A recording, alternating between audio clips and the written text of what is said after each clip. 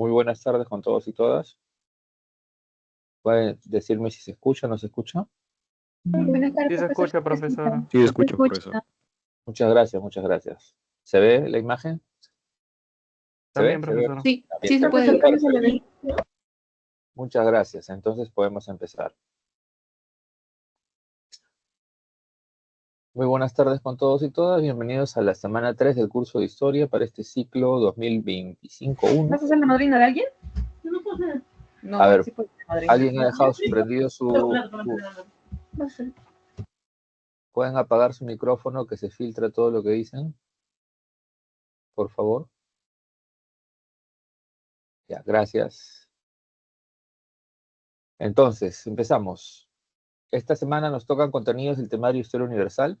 Estamos hablando de las 4 culturas originarias que se desarrollan en lo que se denomina Viejo Mundo, ¿no? El entorno espacial, cultural y geográfico de Europa, Asia y África.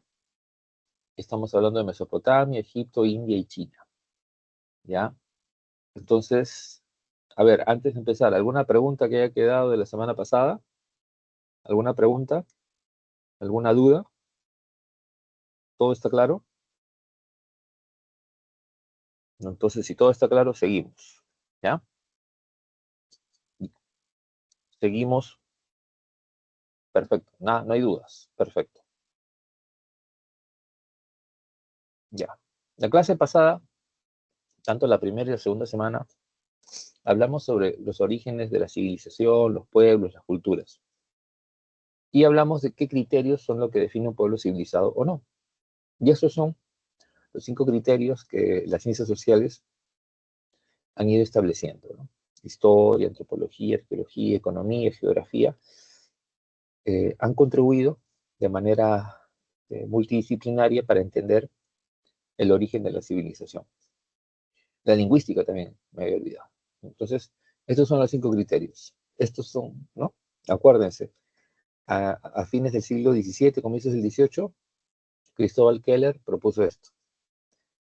Y esto se mantuvo así hasta el siglo XIX, cuando surge la Revolución Industrial, y Christian Townsend propuso que sí, en el siglo XIX era tan importante la metalurgia para entender el desarrollo tecnológico de los países, eso también debió ser así antes. Entonces, comenzó a buscar y comenzó a teorizar esto que ahora llamamos la edad de los metales, ¿no? O sea, prehistoria, edad de piedra y sus niveles, historia, los metales.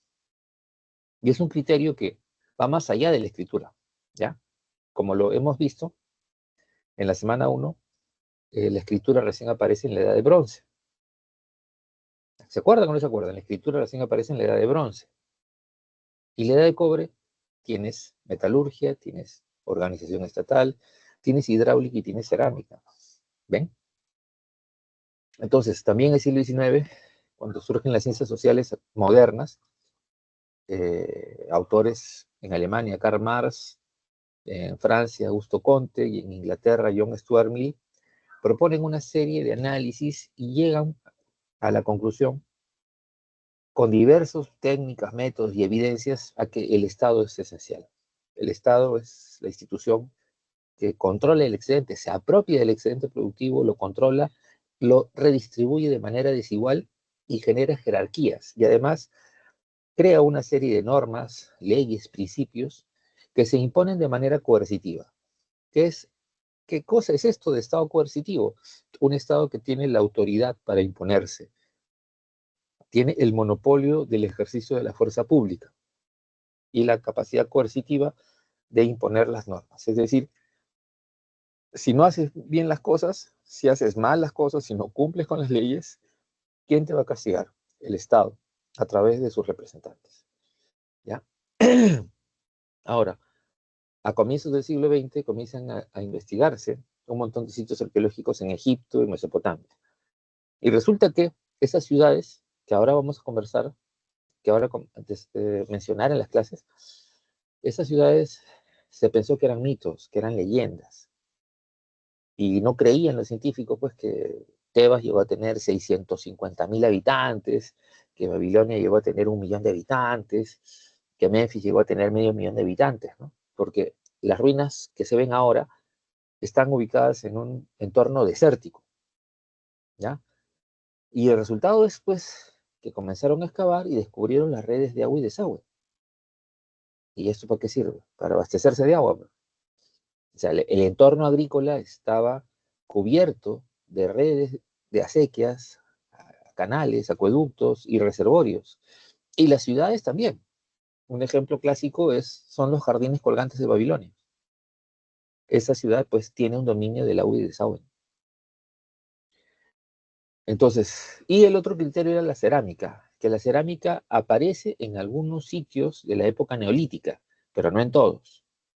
Pero ya se considera que la cerámica es uno de los puntos centrales. Y aquí en los Andes, ya la cerámica es esencial. Lo hemos mencionado en la semana 2 y lo veremos también en la semana 4, cuando hablemos del periodo formativo. ¿Está claro? ¿Y para qué sirve la cerámica? Conservación de alimentos y bebidas. Bien, ¿cuáles son las civilizaciones originarias? Son estas 6, ¿ya? Estas primeras 4 las vamos a trabajar en esta semana y obviamente Perú a partir ya de la semana 4. El caso de México es algo interesante. Hace varios años el temario del Ministerio de Educación lo quitó de la educación básica regular y obviamente también se quitó en los temarios para admisión de San Marcos, ¿no? Ahora, estos pueblos originarios son atacados e invadidos. En el caso concreto de los pueblos originarios del Viejo Mundo, son atacados, invadidos, saqueados por estos pueblos. Son 3 grupos étnicos de saqueadores. El primero es el de los indoeuropeos, también les dicen arios, también les dicen germanos, y son diversas tribus, ¿ya?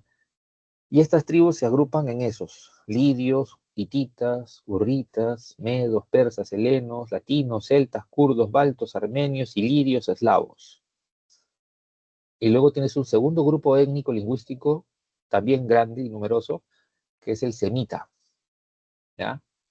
¿Quiénes son los semitas? Acadios, amonitas, amorreos, ixos, fenicios, cananeos, hebreos, ¿no? Babilonios, asirios, árabes, etíopes, ¿ya?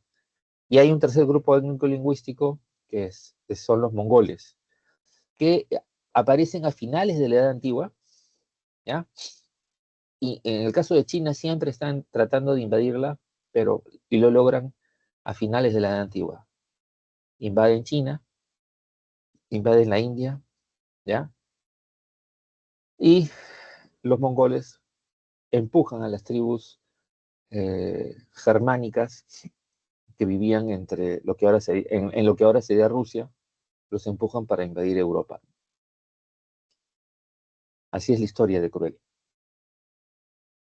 Entonces, ¿está claro? Todos estos pueblos son los invasores, saqueadores. Llegaron a niveles organizativos del Neolítico, pero muchos eran seminómades, ¿ya? Y cada vez que habían grandes sequías, grandes crisis ambientales o climáticas, sequías, ¿ya? Se acababa pues el nivel ¿se acuerdan la agricultura en el Neolítico? Bajaba pues el nivel del río tanto que no podían cultivar. Y no llovía, no se ponían verdes los pastizales. Entonces, sin pastizales no hay ganado, y con nivel del río bajo no hay agricultura. Esto es en la época de la agricultura extensiva. Entonces, ¿qué hacían estos bárbaros o semibárbaros, nómades o seminómades? Atacar a los pueblos civilizados. Y una paradoja del destino es que estos pueblos son los que desarrollan la tecnología del hierro, ¿ya? Estos son los que desarrollan la tecnología del hierro y son los que invaden a estos de acá. Los civilizados eran las víctimas, ¿ya? ¿Está claro?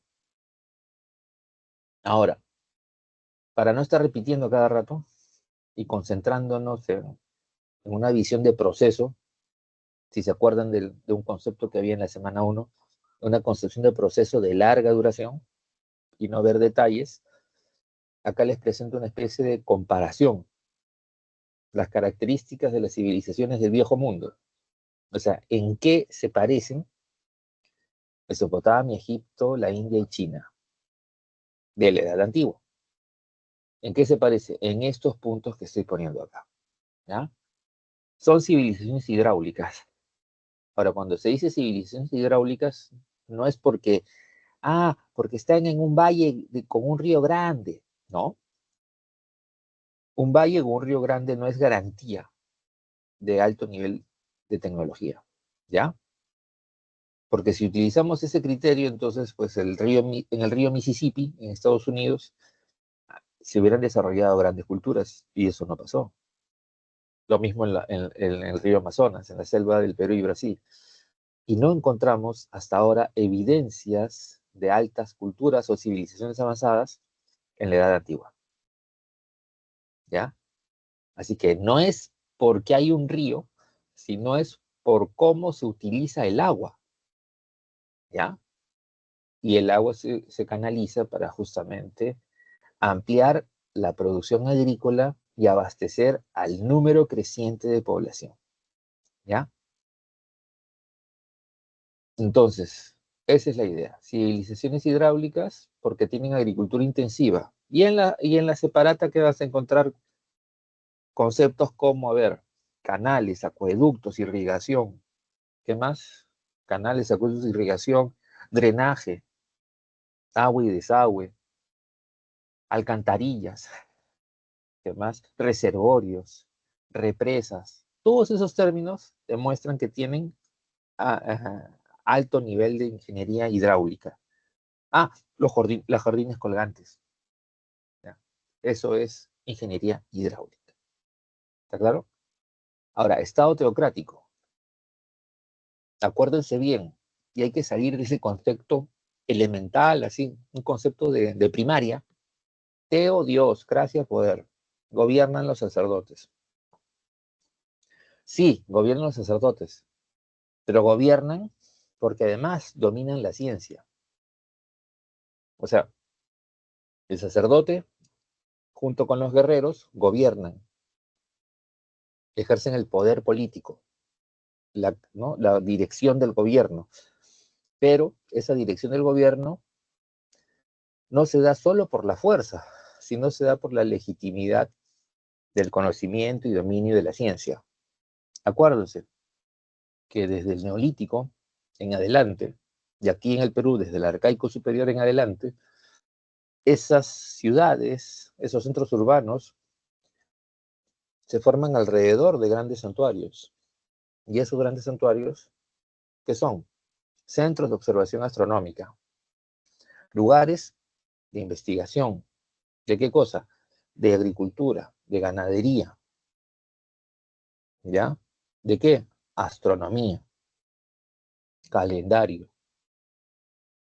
Eso están investigando.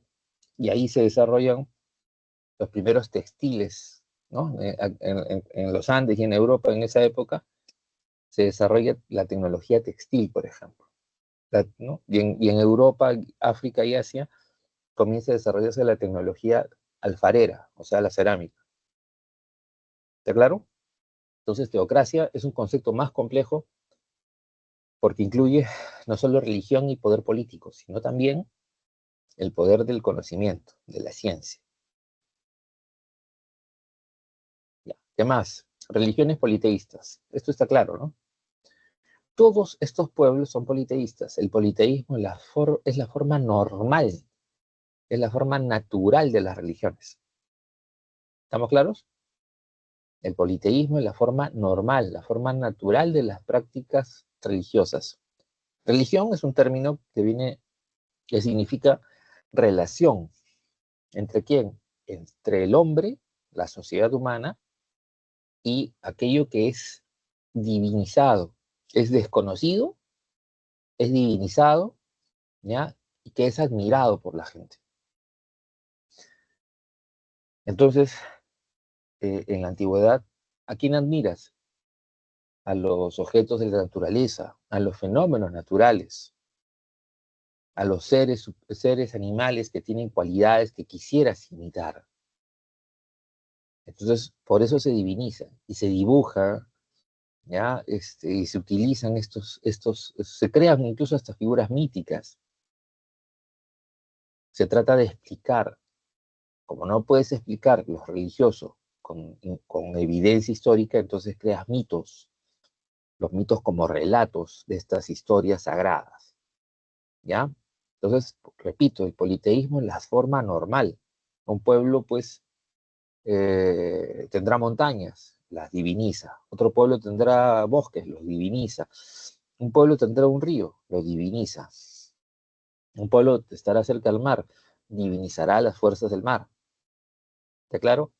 Un pueblo a cada rato lo someten las lluvias e inundaciones. Van a divinizar esas fuerzas. Para bien, ¿no? Fuerzas que les dan cosas buenas y fuerzas que les dan cosas malas. ¿Ya? Eso siempre ha sido así. Mientras que el monoteísmo es un intento, es una imposición. En la edad antigua, una élite, un sector de la élite, un pueblo X quiere imponer su costumbre y su religión a los demás. Quiere imponer su Dios. Hay intentos de monoteísmo en la edad antigua. ¿Ya? Veremos, el único que vamos a estudiar, más o menos, ahora lo mencionamos, es el de la herejía de Akenatón. Pero no triunfó, felizmente. Hay dos que sí triunfaron, pero su impacto no fue tan fuerte porque son culturas más focalizadas. Los persas, que impusieron el culto a Zoroastro, ¿no? Al dios, las ideas del patriarca Zoroastro, el culto al dios Sol, Ahura Mazda le llamaban. Y los hebreos el culto a un dios que no se conocía, pero que le llamaban Yahvé. Y luego le van a llamar Jehová. ¿Ya? Y si alguien ha leído la Biblia, sabe que la imposición del culto a Yahvé, o Jehová, o Elohim, ¿ya? Todos esos nombres se usan en la Biblia. Ese culto se impuso a la mala, con conquistas brutales y genocidio y matanzas de pueblos. ¿Sí? ¿Han leído el Antiguo Testamento?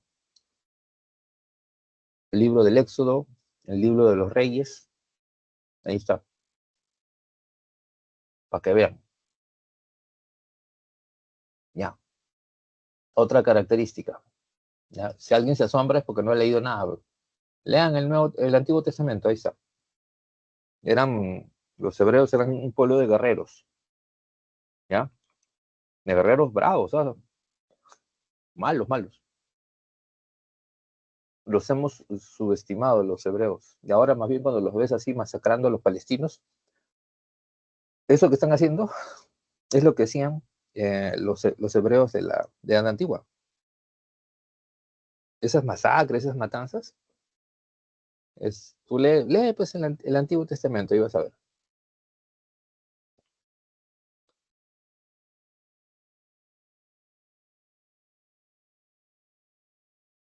Ya. ¿Qué más? Y eso nos lleva a entender que estos pueblos se organizan de manera militar. Porque si no se organizan de esa manera, alguien los va a conquistar. Y la conquista no es solo quitarles las tierras, sino esclavizarlos. Y algunos de ellos serán sacrificados a sus dioses. Sacrificio humano, ¿ya? ¿Está claro? Por eso se organizan militarmente.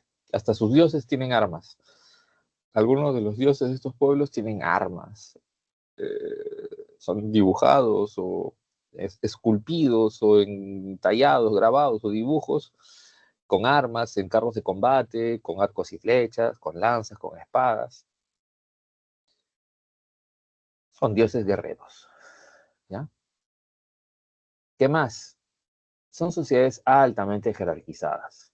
O sea, naces rico, mueres rico. ¿Está claro? Naces rico, mueres rico. No hay duda. ¿Qué más?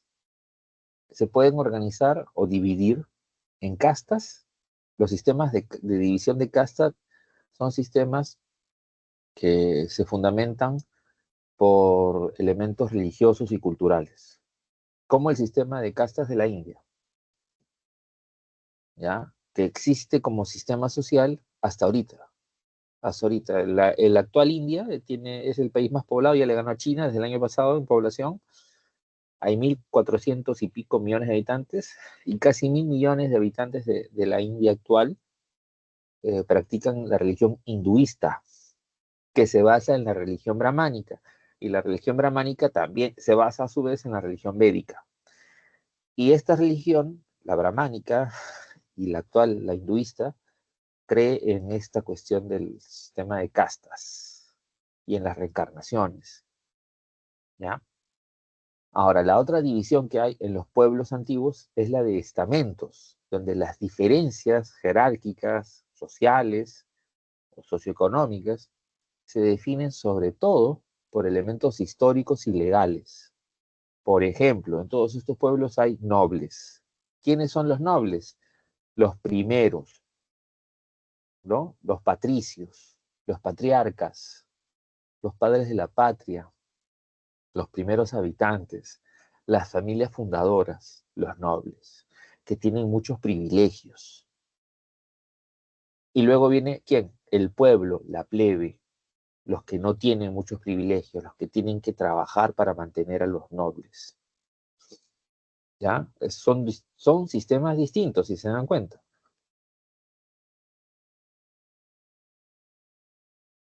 Ojo, si les llamas clases, pierdes, porque el concepto de clases sociales para la edad antigua recién se puede aplicar para Grecia y para Roma. ¿Por qué? La mitad de ustedes, como salón, va a derecho, ¿sí? Y ahí van a entender algo muy simple. En Grecia y luego en Roma surge un principio legal de igualdad jurídica ante la ley. O sea, en Atenas, los ciudadanos atenienses son iguales en términos legales ante la ley. Y en la República Romana también. Entonces, no hay diferencias de orden religioso, cultural, histórico, político. No hay. Las diferencias serán estrictamente socioeconómicas. ¿Está claro? Una sociedad de clases, las diferencias jerárquicas entre la población son estrictamente socioeconómicas. Es decir, su relación, ¿no? ¿Cuál es el tipo de relación con los medios de producción? O eres dueño o eres trabajador. Y cuando eres trabajador, ¿qué tipo de trabajador? ¿Ya? Está clara la diferencia, ¿eh? No se confundan. Entonces, eso es así, lamentablemente. Tengan cuidado porque hay algunos libros de academia que confunden todo. Ya. Y el otro punto esencial es que todos estos pueblos se organizan socialmente con un elemento central que es la esclavitud. Son sociedades esclavistas desde la edad de bronce. El esclavismo en la edad de bronce generaba un principio esencial. El gobierno, el Estado, los gobernantes son los dueños de los esclavos. Y ellos deciden para qué y en qué se van a usar. Para trabajar en las ciudades, en los palacios, en las casas, lo que sea. O para el sacrificio humano. ¿Está claro? En cambio, en la Edad de Hierro, los esclavos son propiedad privada. Y si, por ejemplo, nosotros fuéramos romanos de la época de la República o del Imperio, tendríamos esclavos. ¿Ya? Un ciudadano romano no haría tareas manuales. Ninguna tarea manual. Un ciudadano romano se levantaría temprano a hacer ejercicio físico, preparación militar, estudio y luego asambleas. Y por lo menos 2 veces a la semana una fiesta brava. Y los romanos esas fiestas recontra bravas les llamaban orgías. ¿Ya? Esa es la vida de un romano, de un ciudadano o ciudadana romana de esa época. Leían bastante, hacían mucho ejercicio, se preparaban militarmente, y los griegos igual, ¿ya? ¿Está claro? Ahora, ¿quién limpiaba tu casa, limpiaba tu ropa, lavaba tu ropa, hacía la comida en tu casa? ¿Quién limpiaba? Los esclavos. Entonces, si fuéramos ciudadanos romanos o atenienses, pues tendríamos esclavos. Más rico, más esclavos. ¿Está claro? Tengan claro eso porque hay libros que dicen que toda la edad antigua es modo de producción esclavista. Y eso es un error. ¿Ya? El modo de producción esclavista solo se puede identificar por las evidencias en la edad de hierro. ¿Está claro? En la edad de hierro los esclavos hacen todas las tareas manuales, desde limpiar tu casa hasta trabajar en las minas, trabajar en las chacras, en las construcciones. Y tengan cuidado porque por aquí debe haber ciclero o ciclera, coleccionista de preguntas. ¿Ya? Y hay preguntas donde te plantean, ¿quién construyó las pirámides de Keops? Te explican, ¿no? Te meten el rollo deco. Y la mayoría marca de esclavos. Y es falso. Las pirámides de Keops, Kefren, Niker, son de la época del Imperio Antiguo. Y en esa época es edad de bronce. ¿Quiénes hacen las pirámides? Comunidades tributarias. ¿Ya? En cambio, ¿quiénes construyen el Partenón en Atenas? Esclavos. ¿Quiénes construyen el Coliseo de Roma? Esclavos. ¿Por qué? Porque estos pueblos corresponden a la edad de hierro. ¿Está claro o no está claro? ¿Está claro? ¿Nada? Ya. Sí, Listo. profesor. Vamos. Seguimos entonces. Ya. Mesopotamia. Está facilito, pues, ¿no? En medio de aguas o ríos. Así se traducirá. ¿Ya? ¿Qué ríos? Tigris y Éufrates. Por si acaso, esta zona no se puede visitar desde los años 90. Ya en los años 90 empezó el 91 la primera guerra del Golfo, luego el 2001 la segunda guerra del Golfo, en el medio guerras civiles en Irak y en Siria, y que hasta ahora, pues, ¿no? Saben que hace unos meses el gobierno de Siria, que tenía apoyo de Rusia, de China y de Irán, fue derrotado por un grupo fundamentalista islámico, ¿no? Y la República de Irak ya está en una permanente guerra civil, ¿no? No puedes ir, o sea, no se pueden hacer excavaciones arqueológicas, hay peligro, ¿no? Los grupos fundamentalistas islámicos son tan salvajes que uno que se llamaba ISIS o Estado Islámico destruyó varios sitios arqueológicos, los saquearon y vendieron los restos. La ciudad de Nínive, que fue la capital del Imperio Asirio, fue destruida, la volaron, la destruyeron por completo. ¿Ya? Eso hay que tenerlo bien claro. Ahora, Mesopotamia se divide en tres zonas. La zona de desarrollo más antiguo es la del sur, la zona de Sumer o Sumeria, ¿ya? Ahí se desarrollaron las primeras grandes ciudades-estado, ¿ya? Las primeras grandes ciudades-estado que se pelean entre sí, a pesar de que tienen cultura muy parecida, dioses, idiomas, escritura, se andan matando entre sí, ¿ya? Hasta que hay una oleada de pueblos invasores de origen semita, y uno de ellos, Sargón, conquista el centro de Mesopotamia y luego Sumer y unifica. Y este periodo, ¿no? Por eso se llama Sumerio-Acadio, la época acadia es la primera unificación. Sargón primero es el primer unificador. ¿Está claro? En esa misma oleada de pueblos semitas también llegan los asirios, ¿ya? También llegan los babilonios. Este no es una etapa pues de paz, ¿no? Es una etapa de permanentes guerras e invasiones. Ahora, ¿qué nos han dejado la etapa sumeria? A ver, la escritura cuneiforme.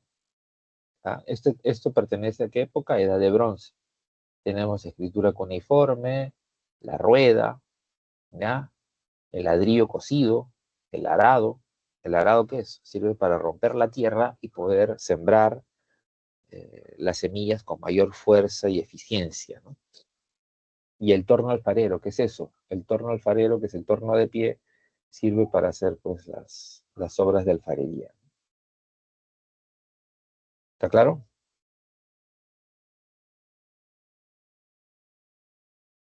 Ahora, también desde la época sumeria, estos pueblos han desarrollado un importante sistema de calendario lunar. Tienen conocimientos muy avanzados de astronomía. Y ojo, estos pueblos hacen matemática compleja utilizando los tres sistemas de numeración: decimal, 10, duodecimal, 12 y sexagesimal, 60. Y esta es la forma en la que se presenta el tiempo y el espacio. Y eso les permite a ellos hacer cálculos, ¿ya? Para establecer el calendario o los eclipses o el paso de los cometas. A ese nivel están. Y ahí, por supuesto, gracias a esto hicieron la rueda, pues, ¿no? Ahora, como les decía, las oleadas de invasores continúan.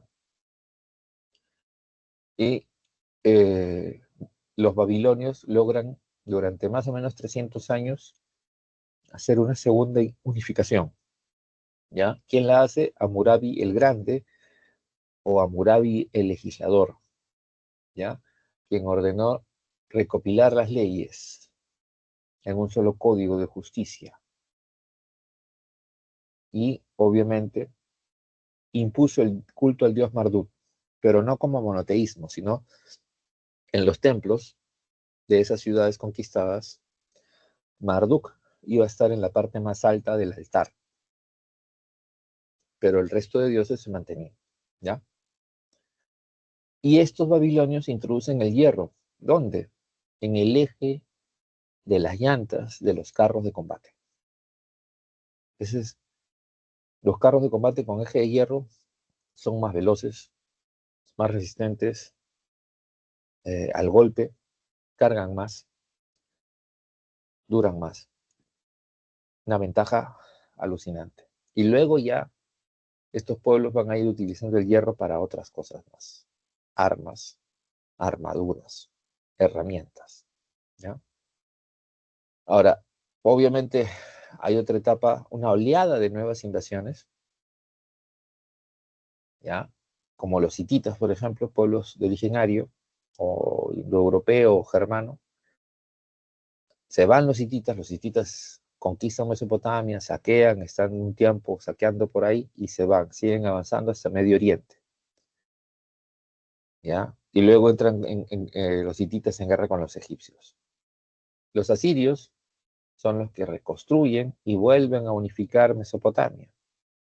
Los asirios eran también invasores de origen, pero de origen semita. Los asirios tuvieron un gran rey, un gran gobernante que fue Asurbanipal. Asurbanipal el Grande, Asurbanipal el Culto, también le decían, porque hizo una nueva ciudad capital con una gran biblioteca, un edificio que era tan grande como un templo. A los lugares que Asurbanipal conquistó, saqueaba los libros, los monumentos, ¿sí? Todo lo cultural. Y todo eso lo puso en su biblioteca en Nínive, ¿ya? Ahora, dos pueblos que se aliaron a los asirios se van a unir y se van a rebelar. ¿Quiénes son? Los persas, medos o persas, y los babilonios. Derrotarán a los asirios y se dividirán el imperio, ¿ya? De Mesopotamia, ¿ya? Desde acá para acá, se la quedan, hasta Egipto se le quedan los babilonios. Y desde acá para acá, se quedan los persas, ¿ya? Ahora, se forma el segundo imperio babilónico, que también le dicen imperio caldeo. El primer imperio babilónico le dicen imperio amorreo, y el segundo imperio babilónico le dicen imperio caldeo. ¿Quién es el gran gobernante? Nabucodonosor II, el que conquistó y saqueó Jerusalén y esclavizó a los hebreos. ¿Para qué?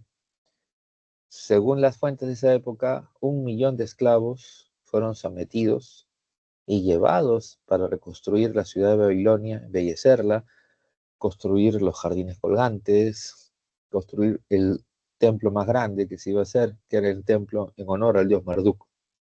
¿Ya? Años después, este imperio no dura mucho, un poquito más de 100 años, y termina peleándose los babilonios con los persas. Ciro el Grande unifica a todas las tribus persas, ya utilizando la doctrina religiosa que propuso el profeta Zaratustra, y esa doctrina era el monoteísmo. Conquista a los babilonios y libera a los esclavos. Por eso a Ciro le dirán Ciro el Grande, no solo por sus conquistas, sino sobre todo porque liberó pueblos enteros que fueron sometidos por los babilonios. ¿Ya? Aquí hay una reconstrucción hipotética de cómo fue Babilonia, el Sigurat de Marduk, los jardines colgantes y la puerta de Ishtar. Esto era azulejo, mayólica. Eso es recontra complejo para esa época, ¿ya? La escritura cuneiforme se va a descifrar recién a mediados del siglo XIX por Sir Henry Rawlinson. Aquí están las características más importantes, ¿no? Los aportes, ladrillo, cocido, adobe, arcilla, y la estructura más importante de sus ciudades, los grandes zigurats, que son templos almacenes. ¿Ya? Por dentro hay estructuras y almacenes. Y el politeísmo. ¿Quiénes sus principales dioses están ahí? Ishtar, Shamash, Marduk y Asur. Aquí hay un cuadro resumen. Ojo, hay una etapa previa que es la etapa de sin escritura. ¿Ya?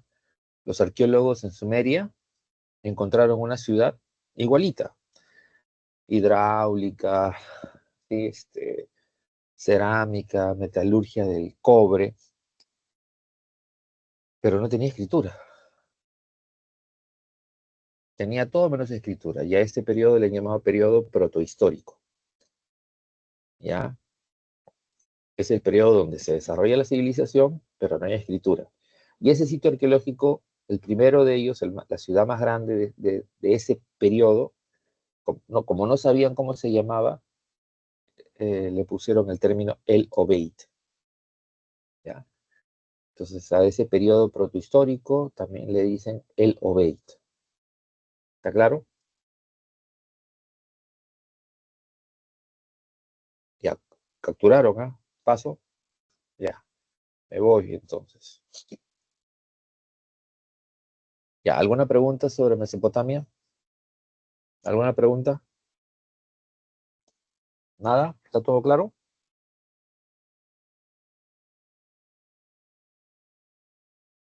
¿Todo claro, señores? ¿Señoras? Sí, profesor. Ya. Entonces nos vamos a la siguiente civilización, que es la civilización egipcia. ¿Ya? Egipto, por ejemplo, tiene cerámica desde el Neolítico en adelante.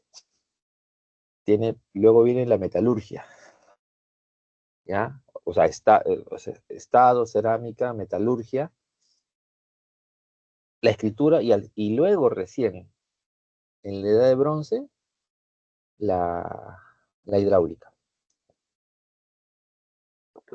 ¿Por qué la hidráulica es un fenómeno, ¿no?, tardío ahí? Porque el río Nilo les daba un régimen muy importante. Crecía el río todos los años y bajaba y dejaba fértiles los márgenes para la agricultura extensiva. Pero cuando las ciudades comenzaron a crecer bastante, si el río bajaba un poquito, comenzaba a haber escasez de productos. Si llovía poco en las partes altas, o sea, en el centro de África, bajaba menos agua por el río, pues. Entonces, los gobernantes de las dinastías de la época del Imperio Antiguo comenzaron a hacer redes de agua que corren paralelas al río, acequias, canales, reservorios, grandes represas. Y un ejemplo de eso es el canal de Giza o Gizeh, que es un brazo que se abre del río Nilo, ya abastece la ciudad, ¿no? La ciudad y luego la zona donde están la zona de las grandes pirámides, ¿no? El Valle de los Muertos, le dicen. Es un canal artificial que hicieron los egipcios para mantener un crecimiento armónico de la producción y la alimentación de su población. Porque, ¿qué pasaba? Cuando bajaba mucho el nivel del río y era el único sistema de aprovechamiento económico, entonces comenzaba a haber caída de la producción, aumento de precios, problemas sociales, conflictos, levantamientos y hambrunas y epidemias. Entonces, si duraron tanto estas civilizaciones, es porque supieron resolver esos problemas. ¿Está claro? Listo. Entonces, este ciclo agrícola era hasta la época antigua. A partir de la época antigua comienzan a desarrollarse las redes hidráulicas, los canales y las represas, ¿no? Al costado del río. ¿Cómo se divide Egipto? En dos zonas. Bajo Egipto, el norte, donde el río es muy grande, ¿ya? Y es una zona productora agrícola impresionante. Tanta producción que los romanos le decían a Egipto el granero del imperio, ¿ya? Y la zona del Alto Egipto es el sur, donde el río se hace más angosto, el valle se hace más angosto, hay varias cataratas del río, el río corre muy rápido. La zona navegable es el Bajo Egipto, ¿ya? Esta zona del Alto Egipto hay también muchas montañas y hay una gran producción minera, sobre todo del oro. Egipto en la antigüedad era un gran productor de oro, ¿ya? Por eso lo saqueaban a cada rato, pues. Por eso habían oleadas de invasores.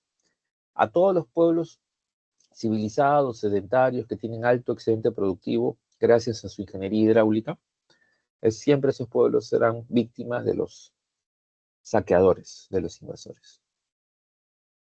Los periodos, ¿ya? Tengo un cuadro resumen más bacán. Este. Se lo quiero, espérese, espérese.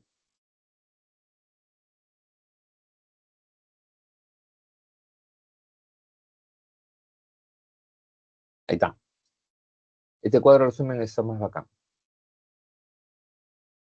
Tenemos un periodo predinástico, también se le dice legendario, también se le dice protodinástico, ¿ya? Son ciudades-estado, pero no tienen escritura. ¿Está claro? Ciudades-estado, pero no tienen escritura. ¿Ya? Y se le dice también época nacada, porque la principal ciudad, ¿ya? Es la ciudad de Nacada, así se llama. Y se dice legendario porque las únicas fuentes que hay de ese periodo son las leyendas que luego son escritas en la época arcaica y en la época antigua, ¿ya? La época arcaica. Toda esta etapa desde la época nacada a la arcaica se la pasan en guerras entre los mismos egipcios. Se la pasan peleándose entre ellos. ¿Quién gana las guerras? Tinis. ¿ya? Tinis. ¿Qué es Tinis? Una de las ciudades más grandes, donde el rey es Menes. Y Menes somete a varios pueblos, se alía con varios, y Menes será reconocido como el primer faraón. Cuando se dice dinastía, es porque varios santuarios, varias ciudades santuarios, aceptan el dominio de esa familia que es parte de la élite de un pueblo específico. En este caso, Tinis. Menes es el rey de Tinis. Y la guerra entre estos pueblos para por las alianzas y acuerdos que hay entre un grupo de ciudades santuario. Y esas élites reconocen a Menes como su primer rey. Menes era el primer rey, primera dinastía. Ahora, el poder político pasará luego a la ciudad de Memphis, ¿ya? Ojo, la escritura empieza en la época arcaica. Ciudad de Memphis. Memphis es una ciudad que crece un montón. Ya llegó a tener 500.000 de habitantes, una monstruosidad de ciudad. ¿Ya? Ahora, el problema es que durante la tercera, cuarta y quinta dinastía, muchos de los recursos de Egipto se gastan en las grandes construcciones funerarias llamadas pirámides. ¿Ya? Y para la quinta dinastía, los nomos, las ciudades santuario, independientes, antes independientes, cuestionan el envío de ofrendas, tributo y mano de obra para esas obras. Y dejan de mandar. Y al faraón Pepi II ya nadie le hace caso. Por eso el primer intermedio, los nomos se autogobiernan. Hay faraones, sí, pero no mandan a nadie. Viven de las rentas y las riquezas que produce Memphis, nada más. Por eso luego se abandona el modelo de construcción funeraria, que eran las grandes pirámides, se abandona para regresar a los modelos de construcción funeraria en los templos, llamados mastabas, o en los hipogeos. ¿Ya? Segunda etapa, o segundo imperio, ¿ya? O imperio medio. Primer periodo tebano, el poder recae en Tebas. Tebas se convierte en el nuevo centro de poder político, y el faraón Mentuhotep II es muy mosca y plantea la unificación de la religión, un dios, unificar el pueblo a través de la religión. No por monoteísmo, sino la unidad de los dioses más importantes. El dios más importante del sur, Amón, y el dios más importante del norte, Ra. Y crean un dios nuevo, Amón-Ra. ¿Ya? Esta es la segunda unificación. La primera es la de Menes, la segunda es la de Mentuhotep II. Pero nada dura para siempre. Va a haber una oleada de invasiones, ¿de quién? De los semitas. ¿Ya? Los semitas. Y varias tribus. Los más bravos son los Ixus. ¿Ya? Y estos hacen una capital en el norte. Saquean el norte de Egipto. Saquean por completo el norte. Y hacen su capital, Avaris. Y durante varias décadas gobiernan ahí el norte de Egipto estos pueblos semitas. Pero desde Tebas hay un foco de resistencia. Y bajo el liderazgo de Amosis I, comienza una guerra contra los Hicsos, y Amosis logra derrotar a los Hicsos y tomar su ciudad, Avaris. La ciudad de Avaris será saqueada y destruida por los egipcios. Ojo, en esta guerra, eh, los egipcios van a tener apoyo de algunas tribus semitas para enfrentarse a los Hicsos. Hay un grupo de tribus que los egipcios le van a llamar hebreos. Y los hebreos se alían a los egipcios contra los Hicsos. Los hebreos se quedan en Egipto y se convierten en pueblos tributarios, mantienen sus propiedades, su libertad, pero pagarán tributos a los egipcios y serán sus aliados militarmente. ¿Ya? Ahora, con toda esa fuerza militar y política, Egipto empieza a conquistar territorios. Y varios años después, Tutmosis III conquista Medio Oriente y obliga a un montón de pueblos de Medio Oriente y del Mediterráneo Oriental, como cretenses o fenicios, a pagarles impuestos. ¿Ya? Mosis, por eso se dice que es el faraón de la máxima expansión territorial. ¿Ya? Ahora, años después, los gnomos, la ciudad de santuario, los sacerdotes, ya no quieren seguir pagando tributos y ofrendas para mantener un ejército tan grande. Y comienzan a cuestionar la autoridad de los faraones, hasta que el faraón Amenofis IV plantea una reforma monoteísta. Él mismo se cambia el nombre, plantea el culto al dios único que será el sol, ¿ya? Atón. Él se cambia el nombre a Kenatón, sirviente de Atón, hace una nueva ciudad capital, Amarna, en honor a Atón, y empieza la guerra contra la ciudad de santuario, contra la casta sacerdotal. Manda a sus tropas a destruir los santuarios. Felizmente perdió, ¿ya? Akenatón muere, hay conflicto de las fuentes, para algunas fuentes muere en combate, para otras fuentes termina muy herido y regresa y se muere en el palacio. Y otras fuentes dicen que fue envenenado en el palacio, fue asesinado en el palacio. Ahora, lo que sí sabemos es que una de sus esposas se convierte en regente, en faraona, más o menos, ¿no? Tiene el mismo poder que un faraón, pero no tiene el título de faraón. ¿Quién? Nefertiti. ¿Ya? Nefertiti. Y Nefertiti, al heredero de Akenatón, le cambia el nombre. Cuando el chibolo nace, le dan el nombre de, ¿no? Tutankamón. Fiel, fiel y obediente sirviente de Atón, algo así. Nefertiti ya han perdido la guerra civil, los sacerdotes han ganado, así que le cambia el nombre al chico, y le cambia el nombre por, ¿no? Tutankamón. Y este chico, siendo un niño, asume el gobierno, y gobierna pocos años, se muere siendo un adolescente, ¿ya? Se muere y lo entierran. Lo loco de la historia es que nunca se encontró su tumba. Recién en 1922 se encontró su tumba. ¿Y por qué no se encontró su tumba? Y ojo, ojo, la tumba de Tutankamón es la única tumba de faraón egipcio encontrada intacta. ¿Por qué? Porque cuando los sacerdotes de los templos ganan la guerra civil a Akenatón, ordenan que se borren todas las inscripciones que hagan referencia a Akenatón y a su familia, para que la gente no sepa que hubo un intento de monoteísmo, un intento de someter a los templos y a los dioses. Entonces, ojo, ingresas a San Marcos, te vas de intercambio, ¿sí? Para estas carreras, ciencias sociales, humanidades, eh, excelente irse pues a estudiar a España, Italia, Francia, ¿no?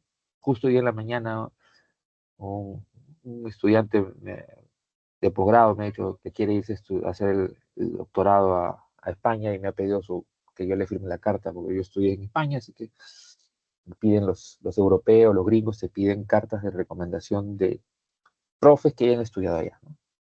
Entonces, acá se va a ir a España. Excelente. Entonces, te vas a España por intercambio o por becas, o a Francia o Italia, y se van a hacer turismo a Egipto. Es barato, ¿eh? Y Egipto sí está pacificado, ahí no te van a matar, no hay grupos fundamentalistas. Egipto sí está civilizado.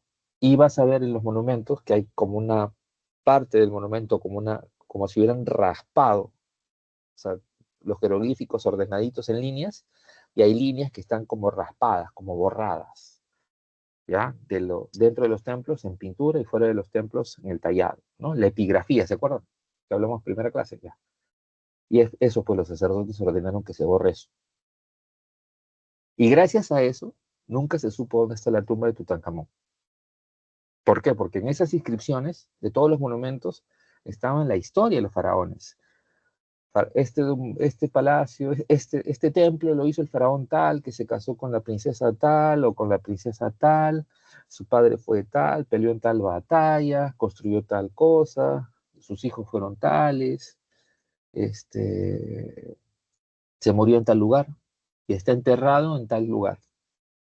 Pero los sacerdotes hacían eso pues para que la gente vaya, recuerde a sus gobernantes y les lleve ofrendas.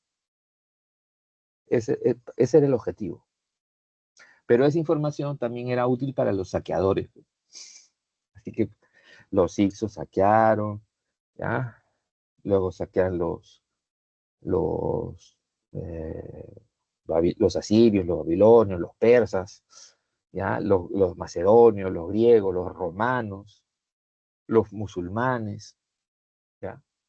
Al extremo de que los musulmanes hicieron un campamento para saquear la zona de las grandes pirámides, el Valle de Giza.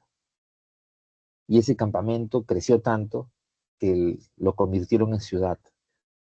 La ciudad del Cairo, en Egipto, la capital actual de Egipto, se creó como un campamento de los musulmanes árabes que saqueaban las ruinas, las pirámides, los templos, ¿ya?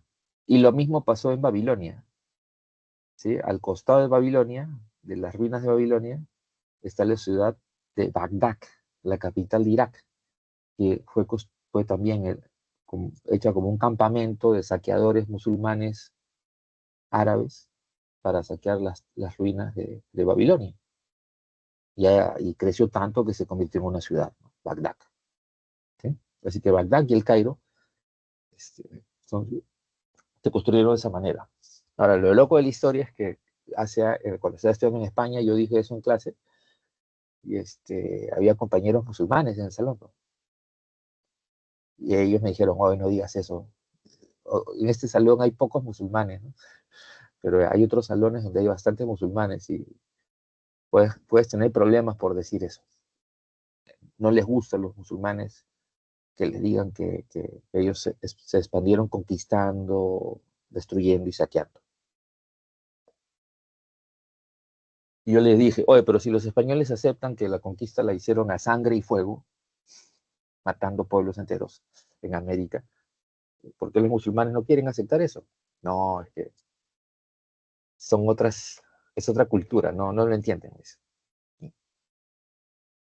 Ahí dije, pucha madre, entonces esto lo hablamos entre cristianos nomás. Me dijo, sí, pues, sí, pues, porque y hay una mancha de musulmanes y tú dices eso, te pueden linchar, ¿no? En serio.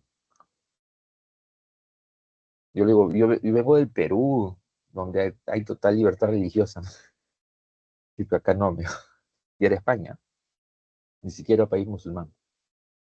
Pero así estamos, pues la historia es cruel. Ya.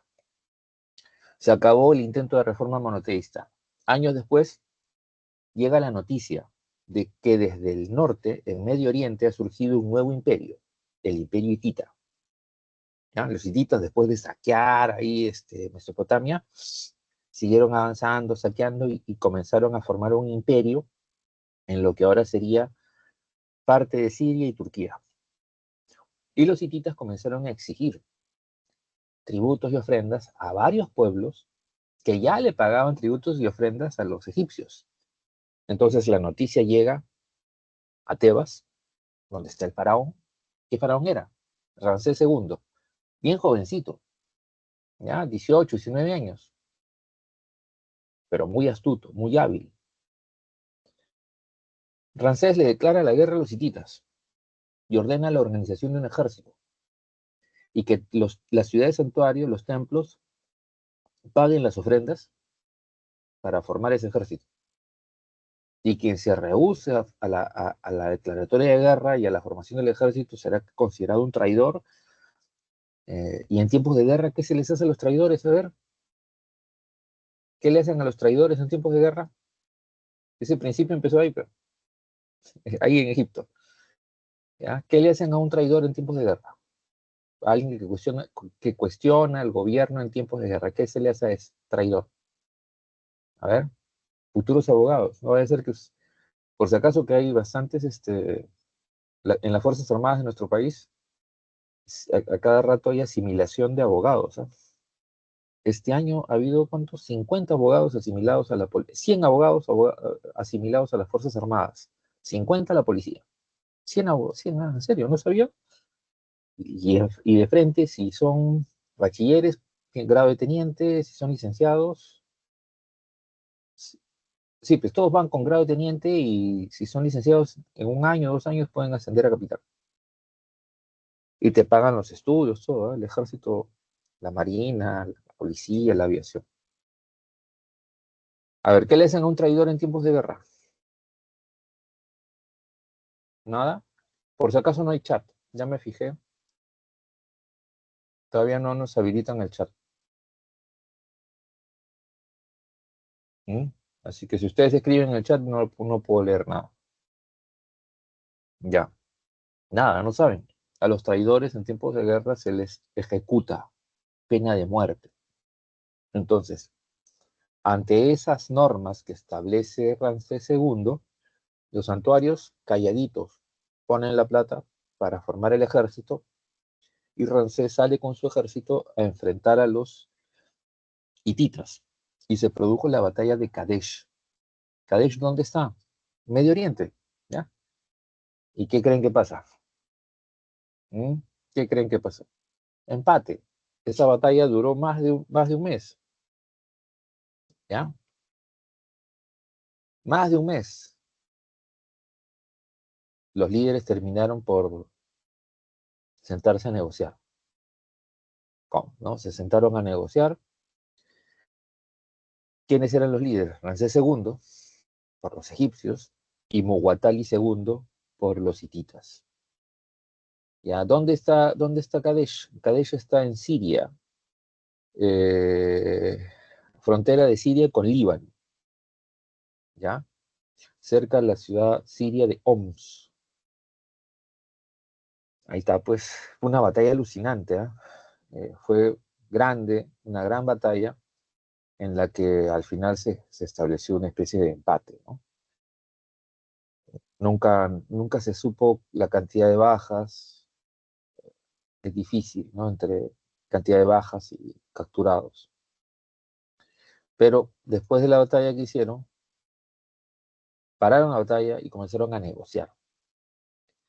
Y se va a negociar, ¿qué cosa? El Tratado de Kadesh, que es un tratado de límites que incluye intercambio comercial, intercambios económicos y comerciales, relaciones diplomáticas, ¿ya? Chicos, chicas, la mayoría va a derecho en este salón y van a estudiar tratados. ¿Ya? Hay una especialidad en derecho que se llama Derecho Internacional, tratados, acuerdos de comercio, tratados limítrofes, ¿ya? O sea, hay derecho militar. Saben que los militares tienen su propio tribunal, ¿no? Se llama Fuero Especial Militar Policial. Por eso necesitan abogados especializados en el fuero militar y hay un derecho militar. Y hay otra especialidad, derecho internacional, ¿ya? Y el Tratado de Kadesh es el primer documento, ¿ya? El primer tratado de paz, límites, intercambio comercial, negocios entre países. ¿Está claro? Ahora, lo loco de la historia es que Ramsés II regresa a Egipto diciendo que ha ganado la guerra, manipulando la información de manera alucinante, ¿ya? ¿Ya? La historia la escriben los vencedores y la información se manipula descaradamente, ¿ya? Esa es lo último. Me compré este libro, porque y ahí lo dice, ¿no? Ese historiador es el que está de moda ahorita. Yuval Noah Harari, que es israelí. Y este es su último libro sobre las redes de información, cómo se utiliza y se manipula la información. Y en función de lo que él plantea, yo estoy aplicándolo ahorita por la explicación que les doy. ¿Ya? Listo. Vivo es pues ¿ya? Muy vivo es el señor Ramsés II, ¿no? Nadie, o sea, es recontra, ¿cómo se dice? Recontra rata. Bien. Ahora, pero no, nada dura para siempre, pues. Egipto después de eso se va a debilitar. ¿Por qué? Ramsés, a ver, chicos, Ramsés II, tuvo, hay un cálculo que tuvo como 100 esposas, ¿ya? Tuvo como 100 esposas y como 200 hijos. ¿Está claro? ¿Ya? Tuvo más o menos, ese es el cálculo, ¿no? Gobernó, algunos autores hablan que gobernó más de 60 años, bordeando 70 años, ¿ya? 70 años. Él vivió 90 años más o menos. Y algo de 70 años fue gobernante. Es el gobernante, ¿no?, que estuvo más años en el gobierno en toda la historia, ¿no? La historia de verdad. A no ser que tú creas lo que dice el Antiguo Testamento, que hubo reyes que vivieron 200 años, 300 años, ¿no? Eso no es, no. Si tú crees en eso, ya, pero no seas malo. Entonces, con evidencia histórica, e incluso con debate por la diversidad de evidencias, se sabe que Ramsés II debe haber gobernado alrededor de 70 años, ¿ya? Y en esos 70 años, tuvo un aproximado de, a ver, repito, el cálculo más normal es que tuvo como 100 esposas, ¿ya? ¿Y cuántos hijos tuvo? Se calcula que tuvo 100 hijos más o menos, de los cuales aproximadamente 50 tenían derechos de príncipes. 50 varones príncipes. Ahora, muerto Ramsés II, hay conflictos y guerras entre sus hijos y sus sobrinos. Hay guerras y conflictos. ¿Ya? ¿Está claro?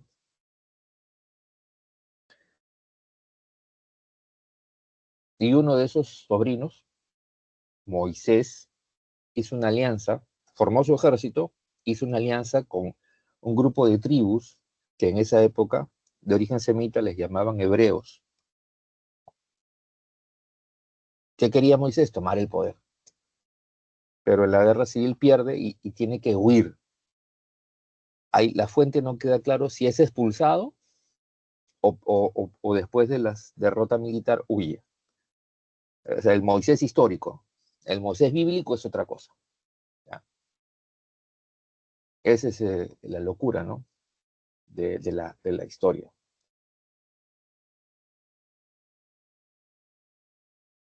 ¿Está claro?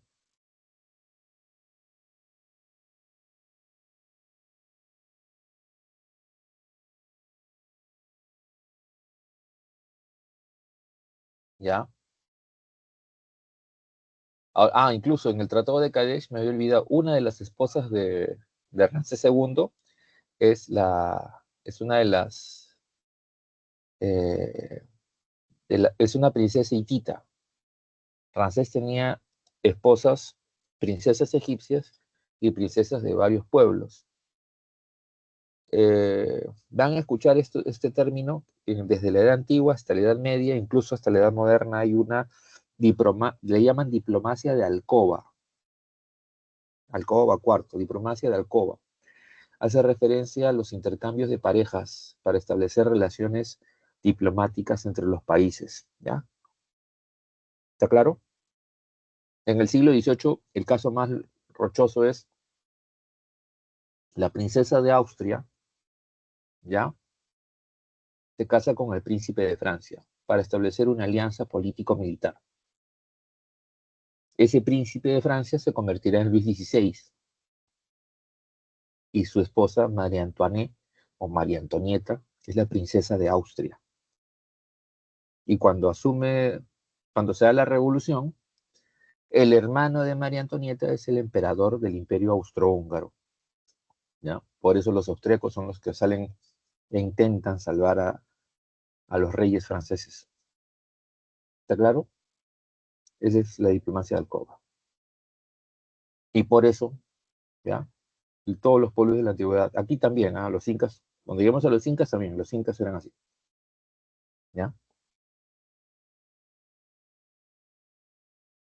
Así de loca es la historia. La princesa hitita era Naturnefure. Ella era la esposa hitita Naturnefure o Naturfrure, también es la otra forma de traducción.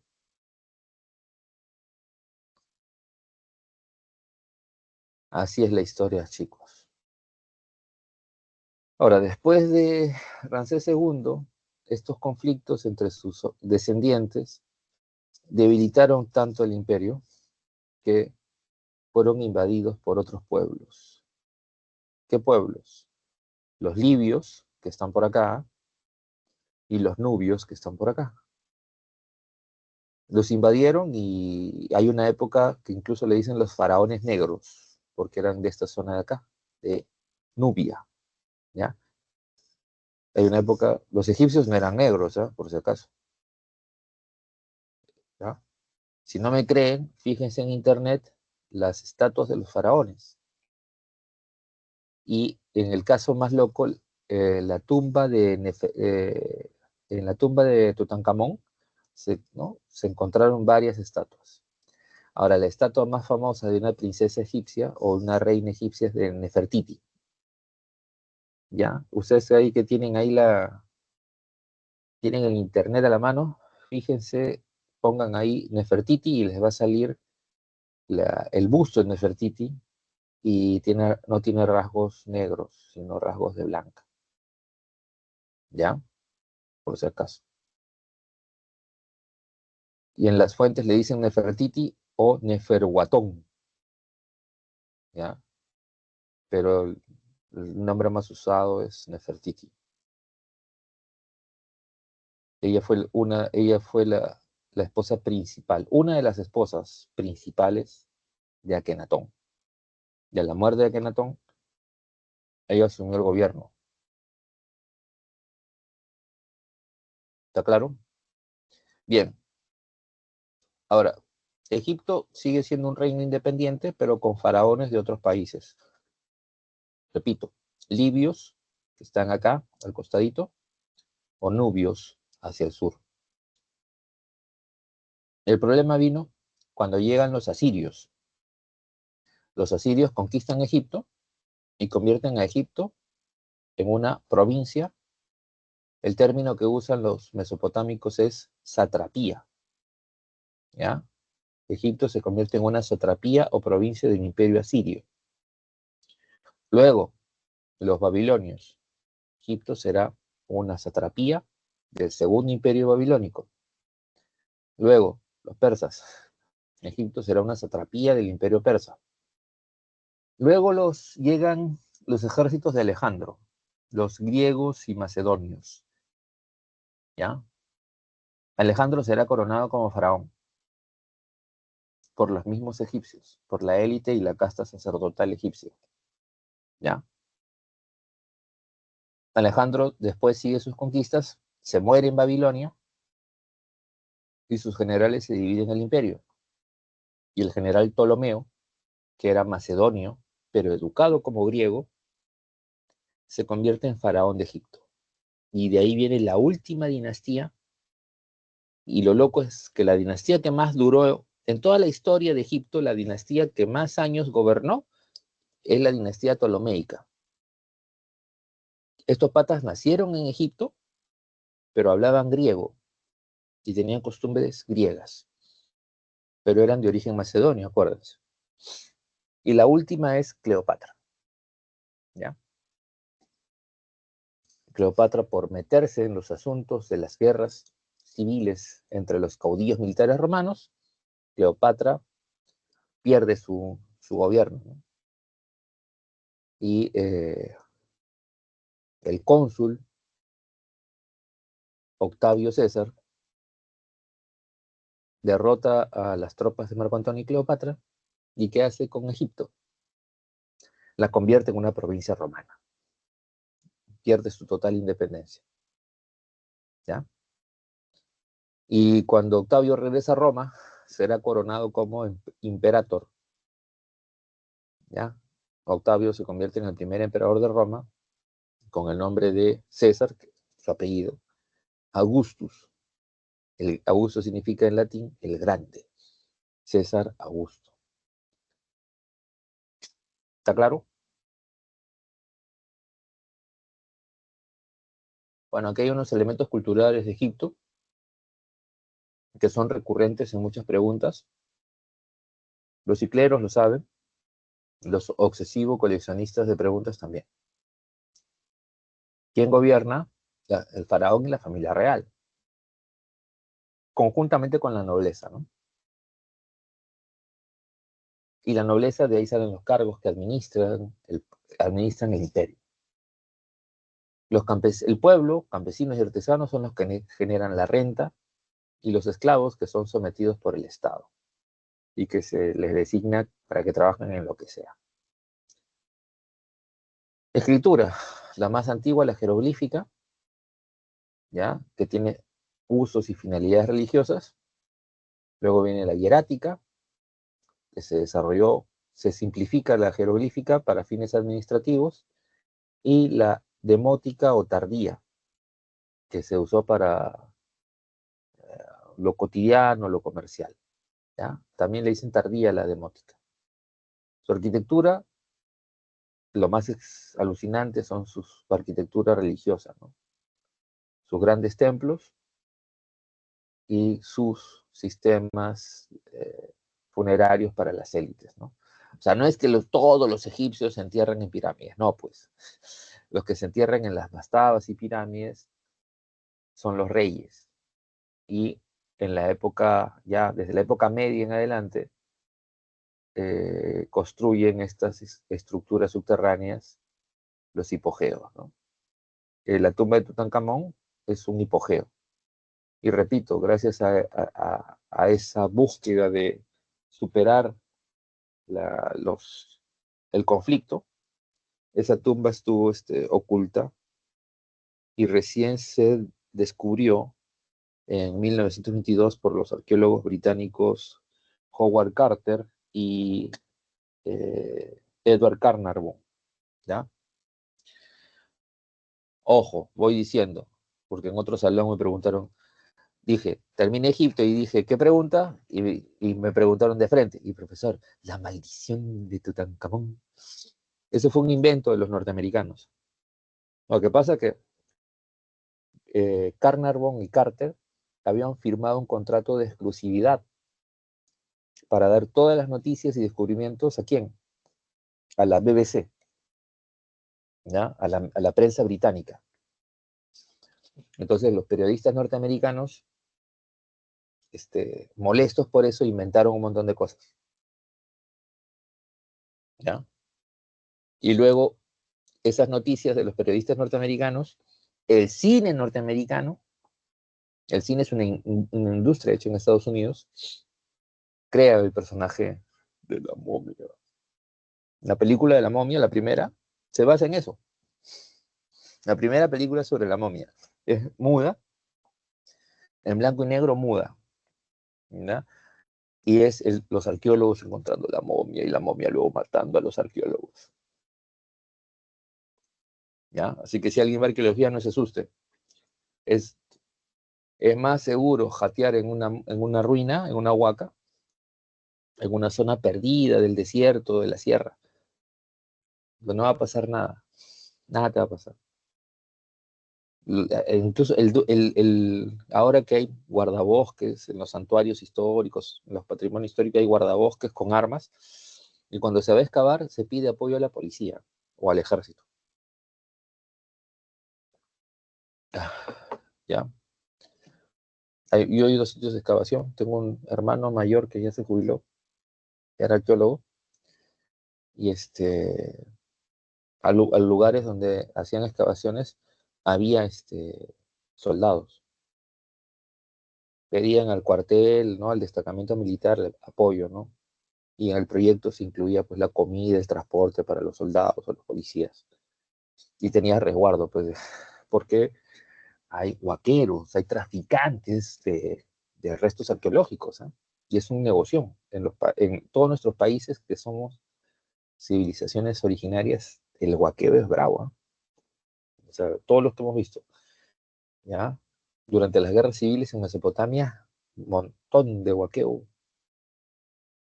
Han hecho hasta películas de cómo los soldados norteamericanos en las guerras del Golfo se choreaban restos culturales. Bien, ya les dije que son politeístas y además el culto a la vida después de la muerte. Por eso momifican. Todos, hasta los pobres, se momifican. Las mascotas se hacían momias. En los museos están. La momia más grande que he visto, cocodrilos. O sea, los ricos en Egipto tenían su jato con zoológico. Imagínate las casazas que tenían para tener zoológicos con cocodrilos, con jirafas, con hipopótamos, con rinocerontes, que eran tus animales, ¿no? Y si se morían, ¿qué hacían? Los momificaban. Leones momificados, ¿ya? He visto así desde ratones, canarios, momia, hasta elefantes momificados. De tu mascota. Imagínate que tuvieras tu mascota, tu capibara, ¿ya? Se muere, lo momificas. Y tú te mueres, te momifican. ¿Ya? Para que juegues con tus animales después de la muerte. ¿Está claro? Todo eso lo pueden ver dos opciones. O eres rico, o la otra opción, ingresas a San Marcos y te vas de intercambio. ¿Ya? Hay dos opciones. Ustedes deciden. Bien. ¿Alguna pregunta? Ya, nos vamos a la India. ¿Ya? ¿Alguna pregunta sobre Egipto? Pueden prender su micrófono, ¿no? Porque, repito, no hay chat. Estamos sin chat.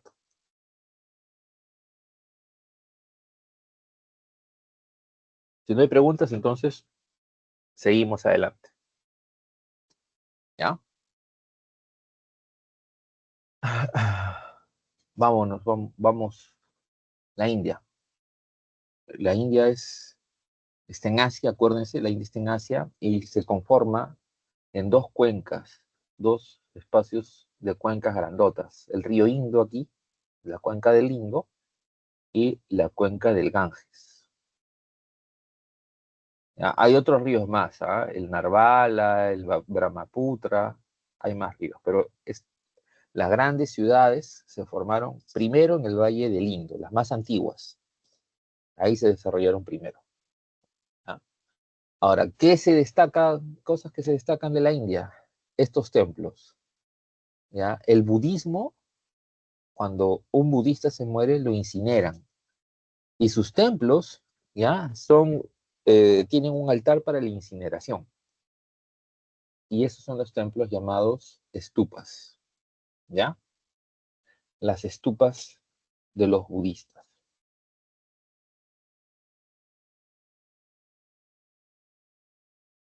¿Está claro? Y incluso se señala que esta es una de las estupas más antiguas y su construcción fue ordenada por el emperador Asoka el Grande.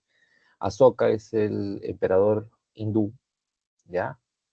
Que controló, que conquistó casi todo lo que ahora, la Gran India, ¿ya? Antigua, que luego será la India conquistada por los británicos, incluye la República de la India actual, la República de Bangladesh actual y la República de Pakistán actual, por si acaso. El Valle del Indo es Pakistán, ¿ya? Y la desembocadura del Ganges es Bangladesh. Y esto es la India, ¿no? Todo esto es la República de la India. 3 países enormes, por si acaso. Ahora, ¿qué otro aspecto importante? La escritura, por ejemplo, acá, en la India, en la época del Indo, de las ciudades o culturas o civilizaciones del Indo, Tienen estado, tienen cerámica, tienen metalurgia, tienen hidráulica, pero no tienen escritura. La escritura a la India llega en la Edad de Hierro, llega por los pueblos invasores, de origen indoeuropeo o ario, los védicos. Védicos, no médicos, védicos, con B chica, védicos. Ellos son los que llevan el hierro en sus carros de combate e introducen la escritura alfabética, ¿ya? La escritura que está ahí, el sánscrito. Eso es lo que ellos, y luego esa escritura se desarrolla en la India. ¿Está claro? Otro gran aporte. En la India, la base de la creencia religiosa es la reencarnación.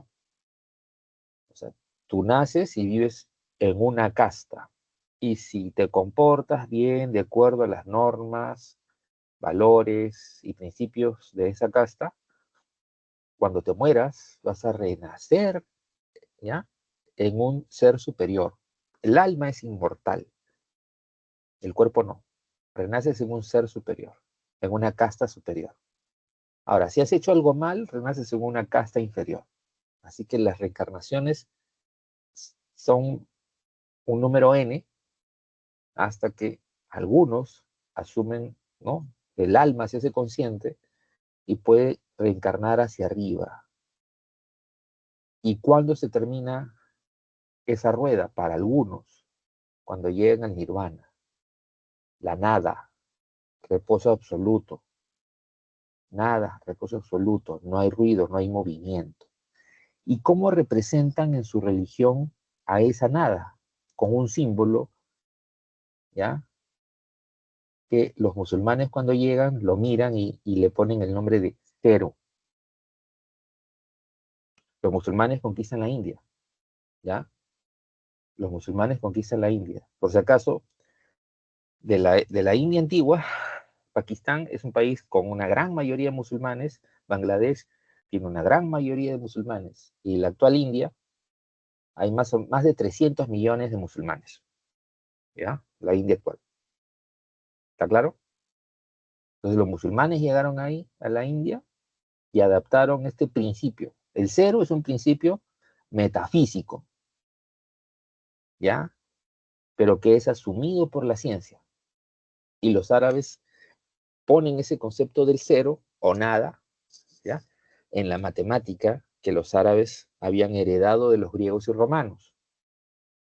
¿Quién hace eso?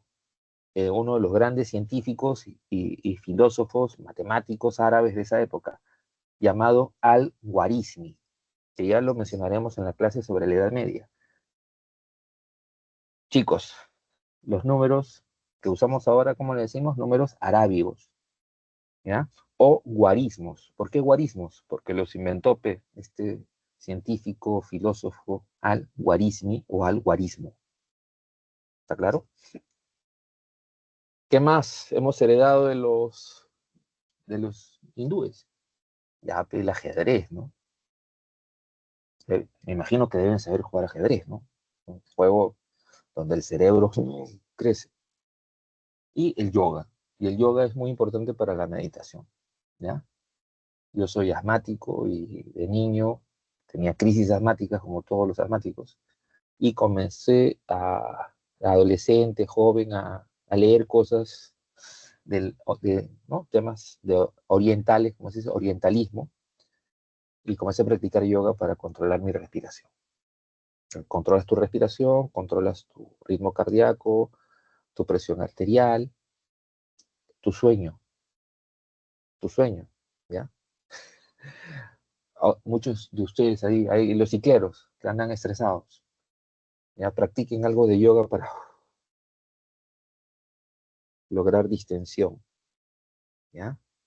Porque en serio, van al examen, cuando les toca examen, ahora viene el primer examen, todos sudan, sus manos sudan, la tarjeta de identificación hasta, ¿no? Parece babeada, parece que la han metido en agua porque están todos nerviosos, sudando ahí. Algunos tienen ataques de nervios ahí. ¿Sí o no? ¿Han visto así o no han visto, no? Sobre todo el ciclero, el ciclero, ciclera, ciclere, Ya. El yoga es muy útil. ¿Ya? Ahora, en la India se forman varias religiones. ¿Ya? La religión, como les decía, ¿no? Tienes varias religiones antiguas que cuando llegan los arios imponen los libros Vedas o védicos, ¿ya? Y de ahí se va formando la religión hinduista que existe hasta ahora, que es la que se sostiene en el sistema de castas, ¿ya? Ahora, eh, aparece el príncipe Siddhartha Gautama que cuestiona el sistema de castas. Siddhartha era un príncipe, era un pituco, y su viejo le había hecho un enorme palacio gigantesco con muros altísimos para que él no salga y no viva, no vea la sociedad, ¿no? La miseria del mundo. Pero Siddhartha pues un día se cansa pues, de vivir tan bacán, feliz y contento con todo, y decide ver cómo viven los sirvientes, cómo viven los otros, y salta pues, el muro y mira la realidad, el sistema de castas, la explotación, la discriminación, la exclusión de la mayoría de la población de la India. Y él, por eso le dicen, Buda significa, de acuerdo a la traducción, el iluminado.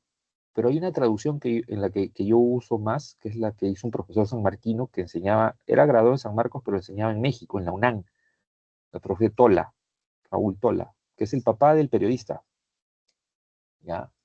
Y el profe Tola, es experto en culturas del Oriente, ¿ya? Sanmarquino, ¿eh? Experto en culturas del Oriente, con un doctorado en Estados Unidos, posgrado en Francia, un capo, un capo. Traducía libros del sánscrito, de los idiomas de Oriente al castellano, al inglés, monstruo, lingüista, filósofo y lingüista. Y la traducción que yo más uso es la del profesor Tola, y esa traducción dice, Buda, el despierto. Él despertó de un sueño. Buda no escribió nada, lo que escriben son sus discípulos. Y lo que dice Buda es, si tú sigues mis enseñanzas, te vas a liberar de la opresión de las religiones que nos están engañando. Los dioses no existen. Lo que han hecho las religiones y los gobiernos, ¿ya? Es quitarnos nuestro poder. Nos han hecho perder el control de nuestro ki. Si tú quieres volver a recuperar ese control, quieres volver a ser Dios, yo te voy a enseñar el camino. Así dice Siddhartha, ¿ya? Y entonces, los que han visto los primeros capítulos de Dragon Ball o Kung Fu Panda 1 y la 2 también, ¿me entienden, ya? ¿Han visto, no? ¿Han visto Dragon Ball? Ya, Dragon Ball, los primeros capítulos. ¿Ya han visto Kung Fu Panda 1 2? Ya, ahí pues. Le enseñan a controlar su ki, a controlar esa energía natural que todos tenemos, pero según Buda, las religiones y los gobiernos nos han hecho perder ese control, nos han vuelto animales. Es loquísimo esa postura, ¿no?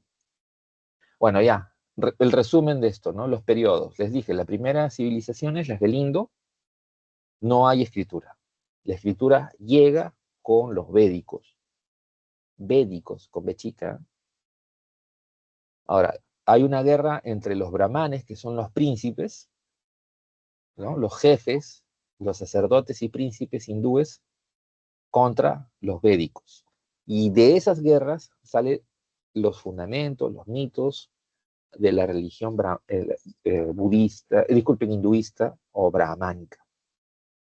Muchos de los sacerdotes y reyes y príncipes que pelean contra los arios o vedas se van a convertir luego en dioses, ¿ya? Los arios son expulsados, ¿ya? Y gobiernan los príncipes en distintos reinos. No está unificada la India. Surge, ¿no? Se consolida el sistema de castas y el hinduismo como religión y ley, y Buda es el que cuestiona todo eso. ¿Cuándo se unen en la India? Se unen porque, ¿se acuerdan de Alejandro el Grande? Alejandro llega al Valle del Indo y le mete una paliza a un ejército enorme, una diferencia de 10-1, ¿ya? y Alejandro gana. Y se mueren de miedo los príncipes de la India y se unen y la familia más poderosa, la familia Maurya, asume el control de un gobierno imperial, pero con autonomía. Cada reino, cada ciudad-estado tiene su propia autonomía, su propia religión, su propio idioma, sus propias leyes, su propio tributo, siempre y cuando todos aporten, tributen para la formación de un gran ejército dirigido por este emperador, ¿no? O sea, que el emperador tiene más una función de poder militar para la defensa del gobierno, ¿no? Del país. Ahora, eso, ¿no? El primero va a ser Chandragupta. Años después, Asoka, de la misma familia, de la misma dinastía, es el que expande el territorio y controla toda la enorme, ¿no? La antigua India. Y utiliza el budismo como una religión para controlar. La religión del Estado es el budismo, y con eso controlas a los sacerdotes y a las élites y castas sacerdotales de las ciudades, de todas las otras grandes ciudades. Vivo, ¿no? Ojo, se muere Asoka y el resto de descendientes de esa dinastía no tienen la fuerza para mantenerse, ¿ya? Y la India comienza a fragmentarse, otra vez a dividirse, a pelearse. ¿Y qué hacen? Persiguen el budismo. El budismo, no hay budistas en India. El budismo se expandió de la India por toda Asia, pero en la India actualmente no hay budistas, ¿ya? ¿Qué les pasó a los budistas? Fueron perseguidos, fueron eliminados en la India. Pero el budismo siguió creciendo en China, en Japón, en Corea, en Indonesia, en Malasia, en Tailandia, en Filipinas. Ahí hay budistas un montón. Pero en la India actualmente ya no hay budistas. Ya, ¿está claro? Luego desde la época Gupta, desde el reino Gupta, comienza a unificarse otra vez la India. Y es la época ¿no?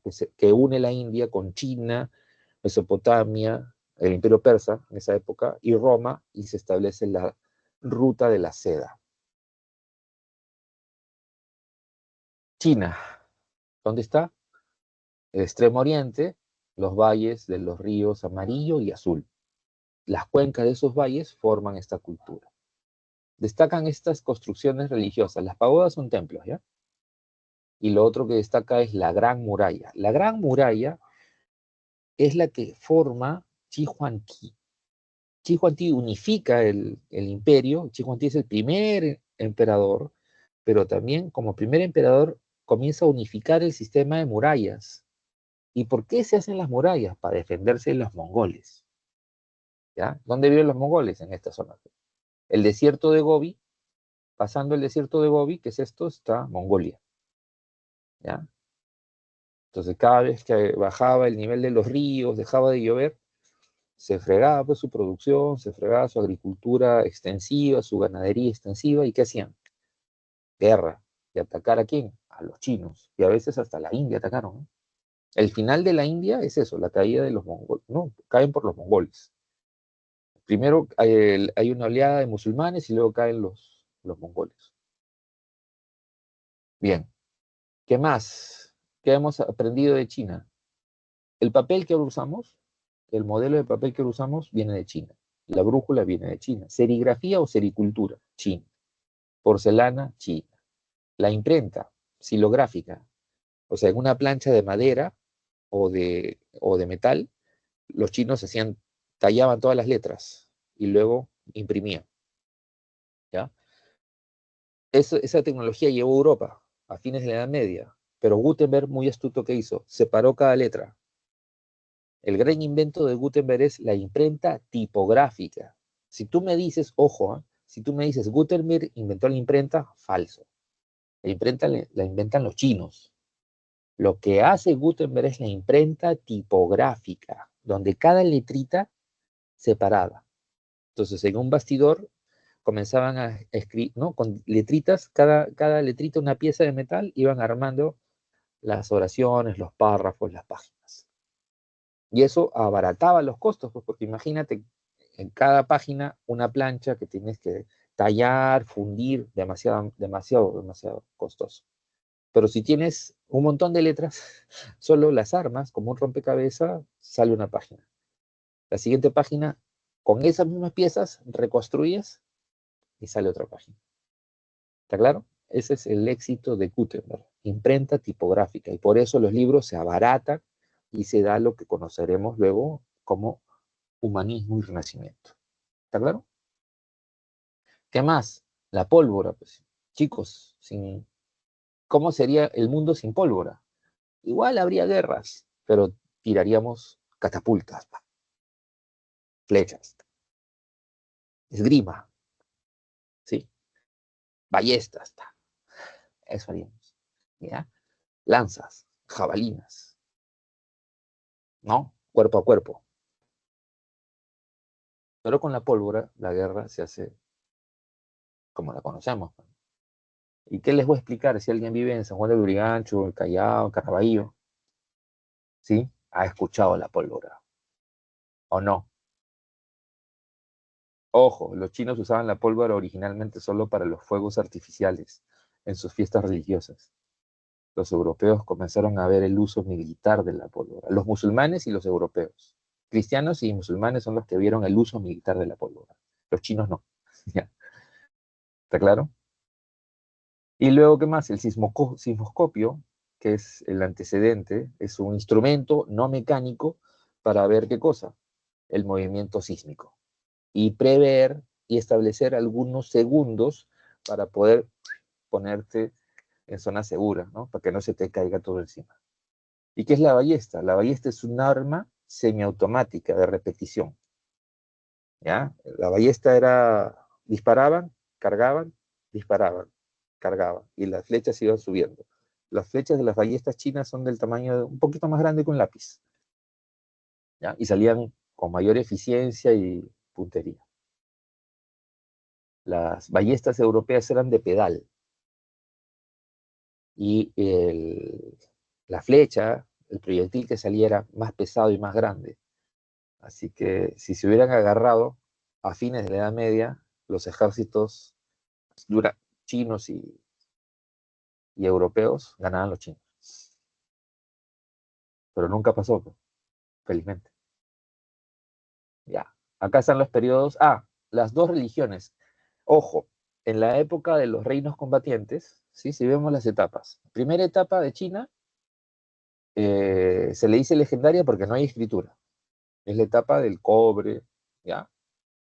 Cerámica, estado, cobre, hidráulica, pero no hay escritura. La escritura es en la época Chang, que es la edad de bronce, ¿ya?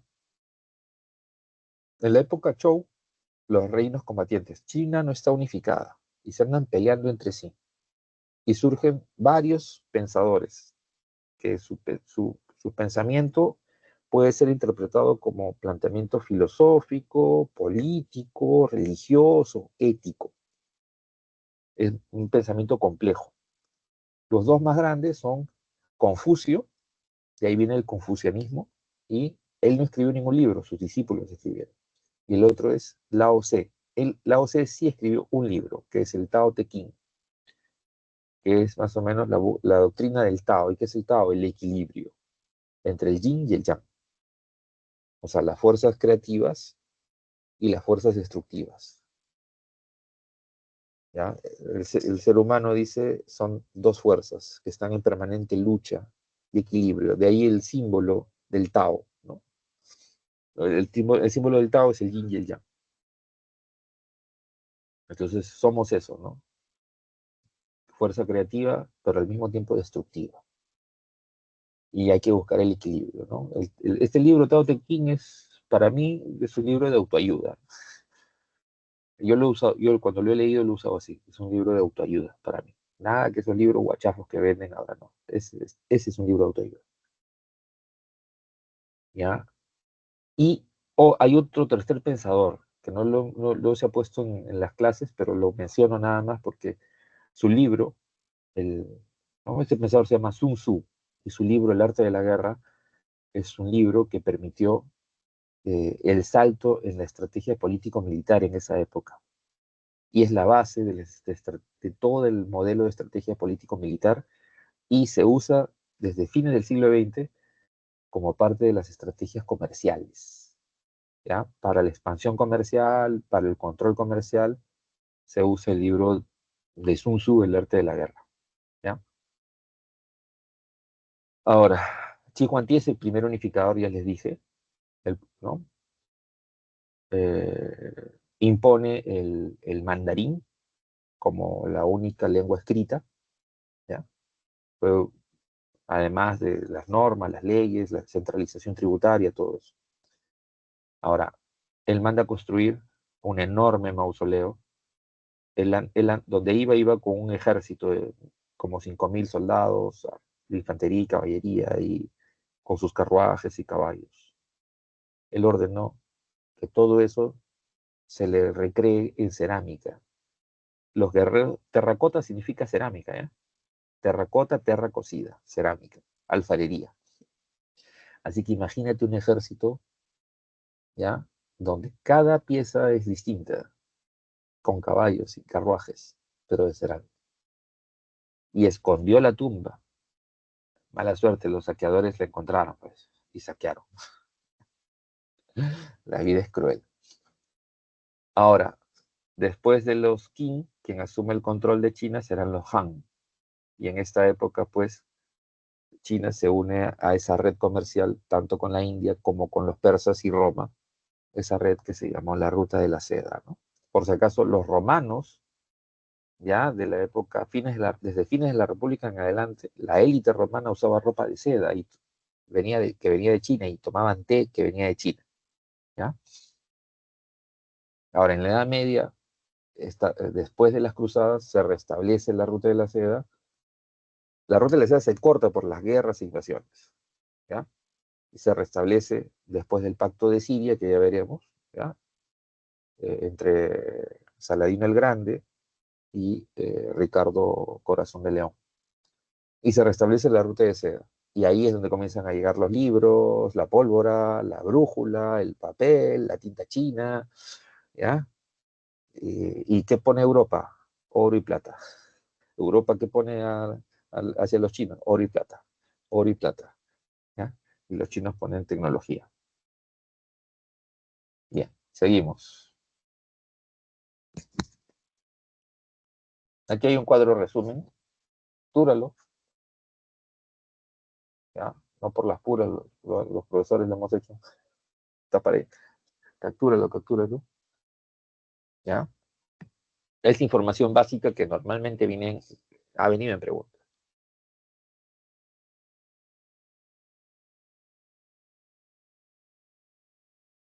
¿Ya? ¿Capturaste?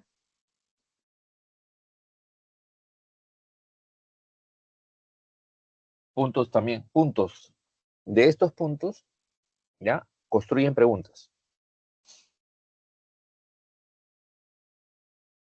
Captura, captura, captura.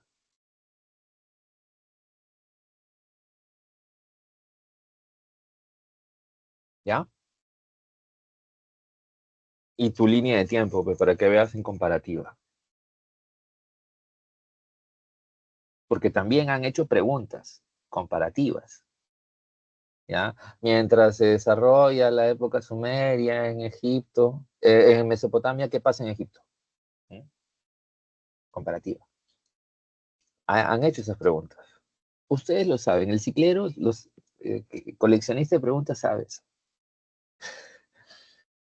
¿ya? Captura, captura. Y ahí están tus claves. ¿Alguna pregunta, chicos, chicas? Si alguien tiene una pregunta, tenemos 2, 3 minutos todavía de clase. Puede prender su micrófono, ¿eh? Porque no hay chat, no tenemos chat. Ah, nada, no hay preguntas. ¿Está claro todo? Las preguntas están facilitas, ¿ah? Facilitas, facilitas. Yo me asusto cuando veo esas preguntas tan fáciles, no vaya a ser que el examen le metan preguntas trancas. En la separata está el símbolo del yin y el yang, ¿ah? Por si acaso. La primera pregunta es una de, no seas malo, pues si no haces la primera pregunta, 20 ciclos para ingresar, ¿ya? 20 ciclos. La segunda pregunta también está regalada, es una de verdadero y falso, ¿ya? La tercera es la de las construcciones egipcias. Es el proceso. ¿Cuál es primero?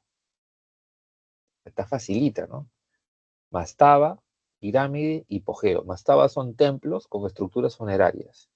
Pirámides, ya saben, pues, ¿no? Incluso en la pregunta de la separata han puesto una pirámide escalonada, que es la pirámide del faraón Sócer. Y la tercera es un hipogeo, como el de la tumba de Tutankamón. La cuarta es sobre el sistema de castas de la India, ¿no? Está facilito también. Y la quinta es una de pareamiento sobre China. ¿Ya? Está fácil, está fácil. Esta semana las preguntas están fáciles. Bien, si no hay preguntas, entonces me despido, jóvenes. Que les vaya bien, pasen una bonita Semana Santa. ¿Ya? ¿Cómo son las clases del viernes? Igual, ¿no? Todo virtual. Todo normal. ¿No? Porque el jueves ya se supone que ya se hizo y el sábado es el viernes. Listo, señores. Gracias por su atención. Voy a dejar de compartir. Listo, cuídense mucho, estudien. Nos vemos, profesor, cuídese. Cuídese, profesor, Gracias, gracias. profesor. Nos vemos, profesor. Cuídese. Muy bien, hasta luego. Cuídese, profesor. Chao, profesor.